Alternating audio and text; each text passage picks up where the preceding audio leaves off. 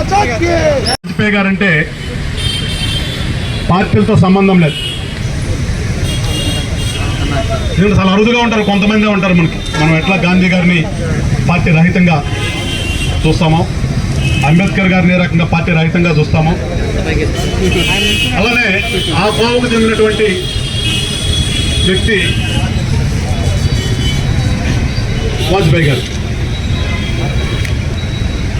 రాజకీయంలో విలువలు ఉండాలి, విలువలతో కూడినటువంటి రాజకీయాలే చేయాలి అనే దానికి నిలువుటెద్దు నిదర్శనం ఆయన.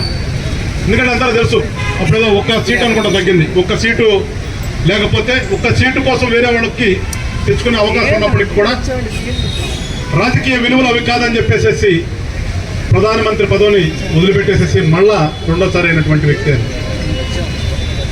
ఆ టైంలో ఈ దేశంలో ఎన్నో సంస్కరణలు తీసుకొచ్చారు. చెప్పుకుంటే విద్య దగ్గర నుంచి,